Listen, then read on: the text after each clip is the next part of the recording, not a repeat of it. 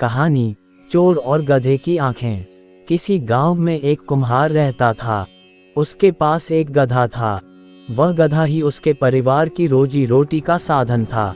कुम्हार गांव के दुकानदारों का माल शहर में गधे पर लाद कर गांव ले आता था। इस प्रकार जो पैसे मिलते उनसे वह अपने परिवार का गुजारा चलाता रहता था। परंतु समय एक जैसा नहीं रहता। अचानक एक रात कोई चोर उसके घर से गधा को चुरा कर ले गया। कुम्हार ने उसे ढूंढने का बहुत प्रयत्न किया, परंतु गधे का कोई पता ना चला। गधे के बिना उसका काम नहीं चल सकता था। अंत में मजबूर होकर उसने दूसरा गधा खरीदने का विचार बनाया और एक सेठ से कुछ रुपए उधार लेकर पशुओं की मंडी के लिए नया गधा खरीदने के लिए चल पड़ा। मंडी पहुंचकर उसने देखा कि उसका चोरी हुआ गधा लिए एक आदमी उसे बेचने के लिए एक स्थान पर खड़ा है। उसने गधे को पहचान कर उस आदमी से कहा, ये गधा तो मेरा है, तुम इसे चोरी करके ले आए हो, मुझे मेरा गधा वापस दे दो, नहीं तो मैं शोर मचा दूंगा। कुम्हार की बात सुनकर उस आदमी ने कहा, ये गधा मेरा है, तू झूठ बोलकर इसे अपना बनाना चाहता है, मेरी चीज है, मैं तुझे कैसे दे दूं, जो करना है कर ले। उनका झगड़ा सुनकर काफी लोग वहां इकट्ठे हो गए।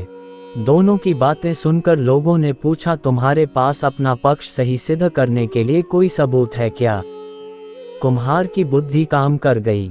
उसने तुरंत एक कपड़े से गधे की आंखों पर पट्टी बांध दी और लोगों से कहा, मेरा गधा एक आंख से अंधा है।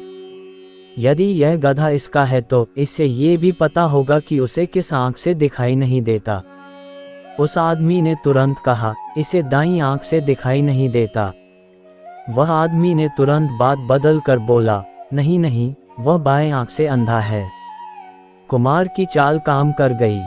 उसने गधे की आंखों से पट्टी खोलकर लोगों से कहा, आप भी देख लीजिए कि गधा अंधा है या नहीं, इसकी दोनों आंखें ठीक से देख सकती हैं। लोगों ने देखा कि गधे की दोनों आंखें ठीक हैं। उन्होंने कुम्हार की बुद्धि और चतुराई की प्रशंसा की और उस आदमी से कहा, तुम झूठे हो, गधा तुम्हारा नहीं है, गधा कुम्हार को दे दो, नहीं तो हम तुम्हें पुलिस के हवाले कर देंगे। चोर ने गधा कुम्हार के हवाले कर दिया और लोगों से अपने झूठ और चोरी के लिए क्षमा मांगी। कुम्हार अपना गधा लेकर खुशी खुशी घर आ गया। दोस्तों, अगर आपको हमारी कहानी अच्छी लगी तो इसे अपने दोस्तों के साथ शेयर करो और आगे भी आपके लिए अच्छी अच्छी कहानियाँ आती रहेंगी।